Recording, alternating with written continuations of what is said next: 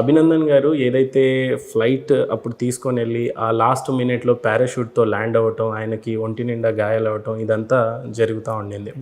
So ఈ maintenance అనేది అంటే బిఫోర్ అభినందన్ గారు కింద ల్యాండ్ అవ్వకన్నా ముందు గాయాలు ఎప్పుడు జరిగి ఉండొచ్చు సార్ అతనికి? ఎయిర్ క్రాఫ్ట్లోనే జరిగి ఉండొచ్చా, లేకపోతే అతను కింద ల్యాండ్ అవుతున్నప్పుడు? సో ఈ రెండింటి మధ్యలో మీ డ్యూటీస్ అండ్ రెస్పాన్సిబిలిటీస్ కూడా ఉంటాయి కదా. ఇప్పుడు మా డ్యూటీస్ ఎయిర్ క్రాఫ్ట్లో నార్మల్గా అపార్ట్ ఫ్రమ్ బాంబ్స్, రాకెట్స్ ఇవన్నీ లోడ్ చేసేసి ఇవి చేసి పెట్టేసేసిన దానికంటే ఒకటి సీట్ ఒకటి ఉంటుంది, ఎజెక్షన్ సీట్ అంటారు. పైలట్ ఏదైతే ఇదే సేమ్ ఇట్లాగా ఉంటుంది. సో దాని లోపల కూడా ఎక్స్ప్లోజివ్స్ ఉంటాయి. సో ఆ సీట్ విల్ బి ఫిట్టెడ్ అనే gun like thing, telescopic gun ఒకటి ఉంటుంది, దాని లోపల కార్ట్రిడ్జెస్ ఉంటాయి.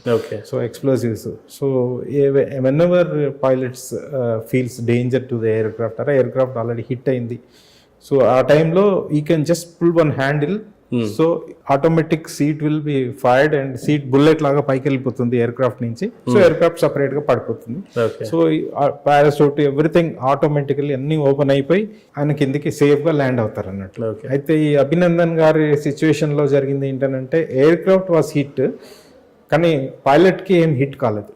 సో పైలట్ కనుక ఒకవేళ బుల్లెట్స్ ఏదైనా హిట్ అయి ఉంటే అందులో it is difficult, he cannot eject and save చేసుకోలేడు. సో ఎయిర్ క్రాఫ్ట్ హిట్ అయింది, aircraft was about to crash.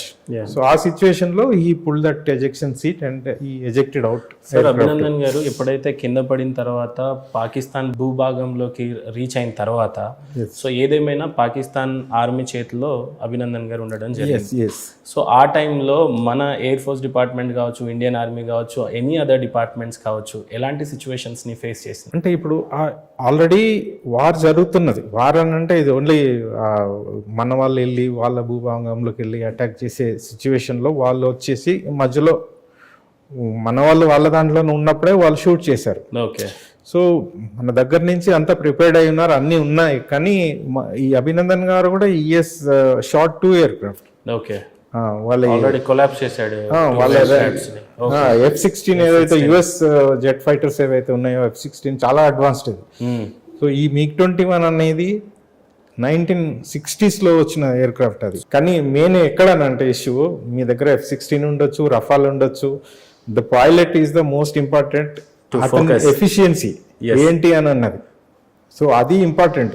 ఇప్పుడు బలంగా ఉండంగానే కాదు కదండి, తెలివి ఉండాలి, అది ఉండాలి ఎట్లా అయ్యింది అనేది. సో ఆ తెలివి అంతా మన ఇండియన్ పైలట్స్ కి ఉన్నది, పాకిస్తాన్ వాళ్ళకి ఉండదు. అది ఆ సిచ్యువేషన్ లేదు. సో అట్లా ఏంటంటే F-16 అయినా కానీ 2 F-16 కూలగొట్టినా కానీ సో వాళ్ళు ఏం కాలేదు, మా అన్ని ఉన్నాయి అని అక్కడ యుఎస్ కి అక్కడ వాళ్ళ ఇది చెప్పాలి, ఆన్సర్ చెప్పాలా.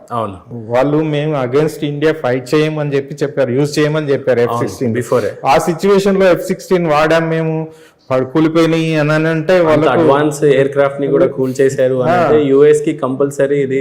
అది MiG-21 తోటి, రష్యన్ MiG-21 అన్నట్టు. సో ఆ సిచ్యువేషన్ లో నిజంగా అందరూ మొరాల్ అప్పుగా ఉంది. ఆయన కింద పడిపోయిన తర్వాత ఇమీడియట్ గా యాక్చువల్లీ ఆయనకి ఏమి ఇంజురీస్ కాలేదు, కానీ ఏ విలేజ్ లో అయితే పడ్డాడో నియర్ విలేజ్ పడగానే ఏమైపోయింది, ఆ విలేజర్స్ పరిగెత్తుకుంటూ వచ్చారు. పరిగెత్తుకుంటూ వచ్చేసేసి కొట్టారు ఆయన, అటాక్ చేసేసి ఆయన దగ్గర మామూలుగా పిస్టల్ కూడా ఉంటుంది, పిస్టల్ లాక్కున్నారు.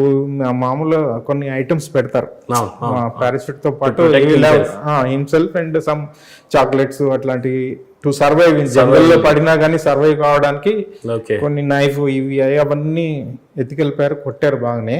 ఈ లోపల అక్కడ ఆర్మీ సుబేదార్ ఎవరో కొంతమంది వాళ్ళు వచ్చారు.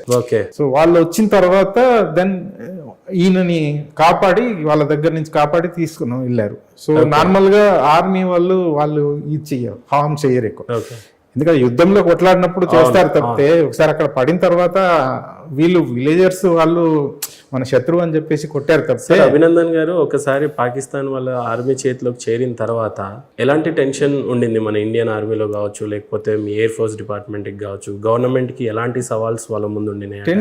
టెన్షన్స్ ఉండి నార్మల్ గా ఇంతకు ముందు కూడా చాలా మంది 71 వార్ లో కూడా చాలా మంది అక్కడ పడిపోయారు, POWs అయ్యారు, వాళ్ళని చాలా సఫర్ చేశారు. We had pilots in our unit. నేను పనిచేసిన యూనిట్ లో అంతకుముందు 71 వార్ లో యుద్ధంలో నుంచి వచ్చి మళ్ళీ తర్వాత రిలీజ్ చేసిన తర్వాత వచ్చిన వాళ్ళు ఉన్నారు అన్నట్టు. సో వాళ్ళని చాలా టార్చర్ చేస్తారు. టార్చర్ అంటే వాళ్ళని రాబట్టడానికి, ఇన్ఫర్మేషన్ రాబట్టడానికి, మీ దగ్గర ఎన్ని యూనిట్స్ ఉన్నాయి, ఏమేమి ఎయిర్ క్రాఫ్ట్స్ ఉన్నాయి, ఇంటెలిజెన్స్ అంతా రాబట్టడానికి ఇది చేస్తారు. ఓకే. సో వాళ్ళు ఈ సిచ్యువేషన్లో ఆయనను కూడా చేద్దామని చూశారు, ఆయనని అన్ని రకాలు చేయాలని ప్రిపేర్ అయ్యారు. ఈ లోపల మన government it has taken a decision, especially మన మోదీ గారు ఒక డెసిషన్ తీసుకొని చుట్టుపక్కల కంట్రీస్ అన్ని, సౌదీ అరేబియా నుంచి మొదలుపెట్టి అన్ని కంట్రీస్లో నుంచి ప్రెషర్ పెట్టించాడు. ప్రెషర్ పెట్టించేసి జస్ట్ ఇంకేం లేదు, వీఆర్ గోయింగ్ టు అటాక్ అని చెప్పేసి అట్లాంటి సిచ్యువేషన్ తీసుకొచ్చి మొత్తం ప్రెషర్ పెట్టేశారు కల్లా. అక్కడున్న జనరల్ బాజ్వా ఆర్మీ కమాండర్ ఎవరైతే ఉన్నారో ఆయన వెళ్ళిపోయి ప్రైమ్ మినిస్టర్ దగ్గరికి వెళ్ళిపోయి ఇక్కడ వాళ్ళే చెప్పారు, ప్రైమ్ మినిస్టరే ఓపెన్ గా చెప్పాడు, బాజ్వా భాకే ఆయా మేరే పాస్ ఇంకా ప్యాంట్ షివరింగ్ కర్ రహా థీ, షివరింగ్ ఇన్ ప్యాంట్స్ బాజ్వా చేసేసి ఇండియా వచ్చేసేసి మనల్ని అటాక్ చేస్తుంది, అభినందన్ కు చూడదాం, వదిలిపెట్టేసేయండి అని ఇమ్మీడియట్ గా. అందుకని నెక్స్ట్ డే వాళ్ళు ఇమ్రాన్ ఖాన్ అనౌన్స్ చేశాడు, మేము ఏదో గెస్చర్ లాగా, ఫ్రెండ్లీ గెస్చర్ లాగా మేము వదిలిపెడుతున్నామని బయటకు చెప్పుకొని వెనకాల మాత్రము ఈ భయం పెట్టుకుంది. ఎందుకంటే ఇండియా అటాక్ చేసిందనంటే వాళ్ళకి ఇంత ముందు ఒకసారి 71లో దెబ్బతిన్నారు. 93,000 మంది సోల్జర్స్ సరెండర్ అయిపోతే మళ్ళీ ఒప్పచెప్పాం వాళ్ళకి సేఫ్ గా. సో ఆ సిచ్యువేషన్ వస్తుందని భయానికి ఇమీడియట్ గా వాళ్ళు సేఫ్ గా తీసుకొచ్చి వదిలిపెట్టిపోయారు వాళ్ళు. సో అప్పుడు మన వాళ్ళు టెన్షన్ పడింది ఏం లేదు, ఎందుకంటే మనకు తెలుసు ఇప్పుడున్న గవర్నమెంట్ ఏం డిసిషన్ తీసుకుంటుంది, దాన్ని బట్టి డిప్లొమాటిక్ ఛానల్స్ ఆ డిసిషన్ తీసుకొని అంత ఈజీగా సాల్వ్ చేశారు. లేకపోతే నార్మల్ గా మీకు ఎలా అనిపించింది యాజ్ ఆఫీసర్ గా, ఒక్క ఆఫీసర్ గురించి ఒక ఇండియన్ గవర్నమెంట్ యుద్ధానికి రెడీ అవుతున్న సిచ్యువేషన్స్ కనపడ్డాయా? అంతే ఫోకస్డ్ గా మోడీ గారు ఆ టైంలో యుద్ధం చేశారని డెసిషన్స్ తీసుకున్నారు? అంటే యుద్ధం అంత లెవెల్లో యుద్ధం ఫుల్ ఫ్లెడ్జ్డ్ వార్ చేయాల్సిన అవసరం లేదు. ఓకే.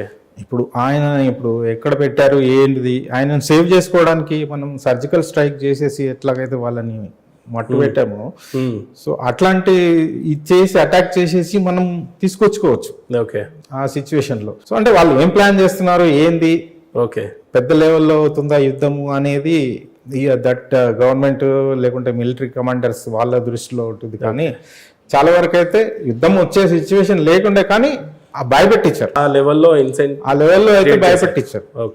అంటే మనకు ఇప్పుడు ఉన్న డిప్లొమాటిక్ ఛానల్స్ ఏవైతే ఉన్నాయి అన్ని కంట్రీస్ తోటి ఫ్రెండ్షిప్ ఏదైతే ఉందో దాన్ని యూజ్ చేసుకొని ప్రెషర్ పెట్టించారు మోదీ గారు. సో అది సార్, ఏదేమైనా ఇండియన్ ఆర్మీ కావచ్చు, ఎయిర్ ఫోర్స్ అవ్వచ్చు, నేవీ కావచ్చు, we are working for the country, right? Yes sir. ప్రాణాలకు తెగించి మీరు అక్కడ ఇండియన్ ప్రొటెక్ట్ చేస్తూ కనిపించినప్పుడు ఒక ఎత్తు అయితే, లెట్స్ టాక్ అబౌట్ సొసైటీలో మీరు ఉంటున్నప్పుడు, let's say now you both got retired, right? So job చేస్తున్నప్పుడున్న రెస్పెక్ట్స్ ఎలా ఉండేవి, ఇప్పుడు కూడా నియర్ బై మీరుంటున్న నైబర్హుడ్స్ ఆ రెస్పెక్ట్ ఎలా ఉంటుంది, అప్పుడు ఎలా ఉండింది, ఇప్పుడు ఎలా ఉంటుంది? Same sir, almost.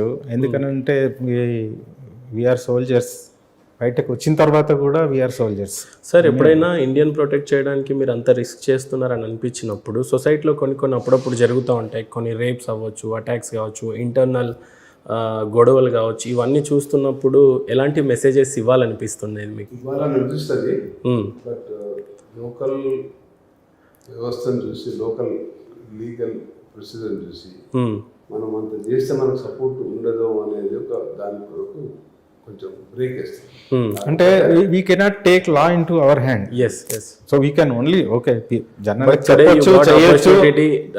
అంటే టు టాక్ ఆన్ మీడియా, అంటే ఈరోజు మనం మాట్లాడుతుంది 10 మంది చూస్తారు కాబట్టి you have a opportunity to speak out. కాబట్టి అందుకని నేను ఒక చిన్న ఎగ్జాంపుల్ చెప్తాను. మేము ఇదివరకు ఢిల్లీ పోయి ఝాన్సీ పోయాం. ఝాన్సీలో అక్కడ నైట్ దోపిడీలు అయ్యాయి, అండ్ స్టాక్ రూమ్స్, ట్రైన్స్ ని ఆపేసేది, లేకపోతే ఎక్కడ ఉండేది. మాకు అప్పుడప్పుడు రిజర్వేషన్ దొరకకపోయేది, కొన్నిసారి మిలిటరీ కంపార్ట్మెంట్ దొరకకపోతే ఏదో రిజర్వ్ కంపార్ట్మెంట్. కొందరు ఈ ఫౌజీ హేస్ కు జగా దేదో, వాళ్ళ కాన్ఫిడెన్స్ ఏంటంటే ఏమన్నా మనకైతే ఈ నైట్ లో కాపాడడానికి ఫౌజ్ మాతో ఉన్నారు. ఇప్పుడు డాక్టర్ కింద కోచ్ లో ఉంటే అనౌన్స్మెంట్ ఎలా అయితే చేస్తారు, లైఫ్ సేవ్ చేస్తారు, చాట్లో ఉంటుంది డాక్టర్ అండ్ కోచ్ అని. అదేవిధంగా కొందరికి ఆ యొక్క దృఢంగా ఒక అది ఉంటుంది, ధైర్యం. ధైర్యం. ఫౌజీ ఆయా ఇస్కో బిఠా దే యార్, బహుత్ అచ్చా హై. వాళ్ళ యొక్క ఉద్దేశము అది, ఎవరు వచ్చినా మాకు కాపాడతాడు, ఓకే, ఎవరిని అలర్ట్ ఉంటాడు, ఎదిరిస్తాడు అనేది సొసైటీలో ఉన్నది తప్పకుండా. ఓకే.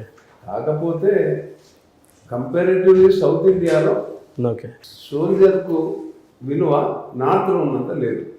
ఓకే.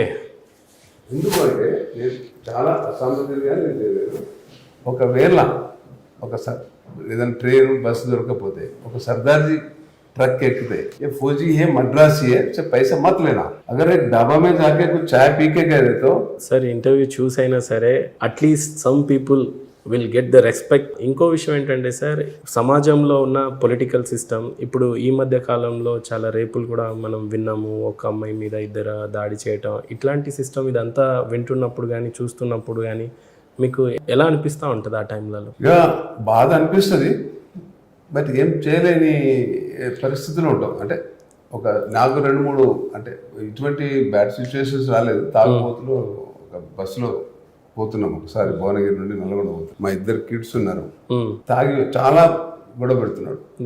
నేను అతను పోయి స్లాబ్ వేసేంత వరకు కాలేదు, మళ్ళీ నిశా వచ్చి మళ్ళీ వేస్తున్నాడు, మళ్ళీ వేసిపోయి నేను మధ్యాహ్నం దిగుతుంటే మా అమ్మాయి చిన్నగా ఉంటుంది, ఏడుస్తున్నారు వాళ్ళు, నాన్న కొడుతున్నాం అని. కానీ నేను మధ్యలో వెలిగొండలు దిగితే ప్యాసింజర్ సార్ మీరు దిగిపోతే మేము ఎట్లా పోవాలి సార్, నేను నల్గొండకు రావచ్చు కదా అంటున్నాను. So definitely we cannot keep quiet. Of course, situation లో రియాక్ట్ అవుతాం, but what extent, who is going to help us? Okay. So కాబట్టి డెఫినెట్లీ మన ఏరియాలో, మన సౌత్ ఇండియాలో మీరు comparatively we do not have that importance to this సొసైటీకి అంత లేదు అని అంటారు. Okay, overall we are happy. Okay, फौजी है जो अच्छा है, थोड़ा अच्छा है, नियत वाला है, वो है, ఆనెస్ట్. సార్ విఘ్నేష్ గారు, ఇందాక మీరు మాట్లాడుతున్నప్పుడు అడ్వాన్స్ టెక్నాలజీ ఎయిర్ క్రాఫ్ట్ పాకిస్తానే వాడగలిగింది. మనం ఎప్పుడో 1980లో ఉన్న ఎయిర్ క్రాఫ్ట్ని, మిడ్ ఎయిర్ క్రాఫ్ట్ని మనం వాడాము, వాళ్ళు అడ్వాన్స్ టెక్నాలజీ అని అన్నారు. సో ఈరోజు కూడా ఇండియా ఒక రష్యా నుండి, లేకపోతే ఇజ్రాయెల్ నుంచి, లేకపోతే యూఎస్ నుంచి ఇంపోర్ట్ చేసుకునే సిచ్యువేషన్స్ ఉన్నాయని విన్నాం. సో అప్పుడున్న ఎయిర్ ఫోర్స్ డిపార్ట్మెంట్ కావచ్చు, లేకపోతే కరెంట్ గవర్నమెంట్ వచ్చిన తర్వాత ఎయిర్ ఫోర్స్ సిస్టమ్ కావచ్చు, ఎంత పవర్ఫుల్గా మనం ఎదగగలిగాము, ఇంకెప్పుడు ఎదుగుతామని మీకు అనిపిస్తూ ఉంటుంది? ఇప్పుడు చాలా ఈ సిచ్యువేషన్లో ఇప్పుడున్న గవర్నమెంట్ మేబీ లాస్ట్ 8 years నుంచి చాలా ఇంప్రూవ్ చేసిందండి. ఇప్పుడు మనకు ఎక్విప్మెంట్ అసలు ఇంతకుముందు బుల్లెట్ ప్రూఫ్ జాకెట్స్ లేకుండే, సొఫిస్టికేటెడ్ ఎక్విప్మెంట్ కానీ, సొఫిస్టికేటెడ్ గన్స్ కానీ, అడ్వాన్స్డ్ ఎయిర్ క్రాఫ్ట్ కానీ ఏమీ అంత ఇదిగా లేకుండే. అంటే మనము ఎప్పటికప్పుడు అప్గ్రేడ్ చేసుకుంటూ పోవాలి. ఎందుకంటే పక్కన ఎనిమి వాళ్ళు అప్గ్రేడ్ చేస్తున్నప్పుడు మనం దానికి ధీటుగా మనం అప్గ్రేడ్ చేయకపోతే మనము పాతకాలం అవే వాడితే, అఫ్ కోర్స్ నేను ఇప్పుడు చెప్పిన MiG-21s కూడా అవి 1960s లో బిగినింగ్ లో వచ్చినాయి. సో వాటిని 60s లో వచ్చినవి. సో ఆ వాటిని మోడిఫై చేసుకుంటూ, వాటిని మళ్ళీ ఇవి చేసుకుంటూ, వాటిని మనం వాడుకుంటూ ఆయననే చాలా ఇది తీయగలిగాం. ఓకే, దాంట్లో నుంచి బాగా యూజ్ చేసుకున్నాం వాటిని. లేటెస్ట్ ఆఫ్ కోర్స్ MiG-23s వచ్చాయి, MiG-27s వచ్చాయి, MiG-29 వచ్చింది, సుఖాయ్ వచ్చింది, సుఖాయ్ 31 వచ్చింది, జాగ్వార్ ఫ్రాన్స్ నుంచి జాగ్వార్ వచ్చింది, మనకు ఈ రఫాల్ వచ్చాయి, ఇవన్నీ అడ్వాన్స్డ్ ఇవి వచ్చాయి.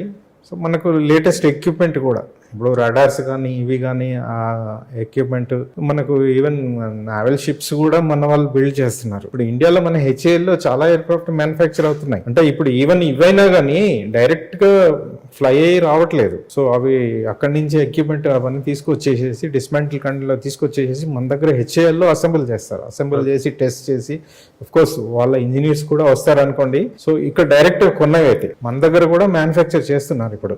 HAL is manufacturing. సో మన ఎయిర్క్రాఫ్ట్ మన మేక్ ఇన్ ఇండియా ఎప్పుడు నుంచి అయితే ఇది చేస్తున్నారో చాలా వరకు మన దగ్గర గన్స్ కానీ ఇవి కానీ చాలా మ్యానుఫ్యాక్చర్ చేస్తున్నాయి. బుల్లెట్ ప్రూఫ్ జాకెట్స్ కూడా మనం వీఆర్ ఎక్స్పోర్టింగ్. సో ఇప్పుడు ఎయిర్ క్రాఫ్ట్స్ కూడా మనం తయారు చేసే ఎయిర్ క్రాఫ్ట్ కూడా ఇప్పుడు అమెరికా కొనాలనుకుంటుంది అని చెప్పేసి నేను జస్ట్ మొన్న నేను ఆ సిచ్యువేషన్కి ఎదిగాం మనం ఇప్పుడు. టెక్నాలజికల్లీ మనకు చాలా అడ్వాన్స్గా అయిపోయాం. సార్ కొన్ని రోజుల క్రితం కావచ్చు, కొన్ని సంవత్సరాల క్రితం కావచ్చు, మన బిగ్గెస్ట్ ఎనిమీని పాకిస్తాన్గా చూసేవాళ్ళం. ఈవెన్ ఒక చిన్న క్రికెట్ మ్యాచ్ జరిగినా కూడా ఇండియా వర్సెస్ పాకిస్తాన్ అనేది రాగానే అందరు ఈగర్గా వెయిట్ చేస్తూ ఉంటాం. కానీ ఈ మధ్య కాలంలో మనకు తెలియకుండా అనుకోకుండానే మన శత్రు దేశము మన ఎనిమి మారిపోతున్నట్టు సూచనలు కనపడుతున్నాయి. చైనా ఏమన్నా మనకి ఎనిమిగా మారబోతుందా సార్? మారబోవడం కాదు, మారింది. మారిపోయింది. China is now only enemy is China. Okay. Pakistan అనేది ఇప్పుడు ఈ సిచ్యువేషన్ లో పాకిస్తాన్ యాక్చువల్లీ చిన్నపిల్లాడు నువ్వు ఏంటి అన్నట్టుగా ట్రీట్ చేస్తున్నారు. ఎందుకంటే పాకిస్తాన్ ఏం చేయలేని పరిస్థితులు ఉంది. వాళ్ళకి ఇప్పుడు అక్కడ తిండి తినడానికి లేదు పరిస్థితి. ఇప్పుడు పెట్రోల్ డీజిల్ 200 రూపాయలు దాటిపోయింది. డాలర్ వాల్యూ కూడా ఇప్పుడు అక్కడ 230 రూపాయలు 240 రూపాయలు అయింది వాళ్ళ కరెన్సీలో. సో ఆ సిచ్యువేషన్ లో వాళ్ళు ఇప్పుడు ఎక్విప్మెంట్ కొని ఎయిర్ క్రాఫ్ట్స్ కొని ఫైట్ చేసి అంత పరిస్థితి లేదు. ఎందుకంటే ఇప్పటికే ఆ తిండి తినడానికి కూడా లోన్స్ కోసం వెళ్తున్నారు. IMF చాలా కండిషన్స్ పెట్టింది, వాళ్ళు కూడా ఇవ్వట్లేదు. సో ఎక్కడ దొరకని పరిస్థితిలో ఇప్పుడు వాళ్ళు ఫైట్ చేసే పరిస్థితులు లేరు.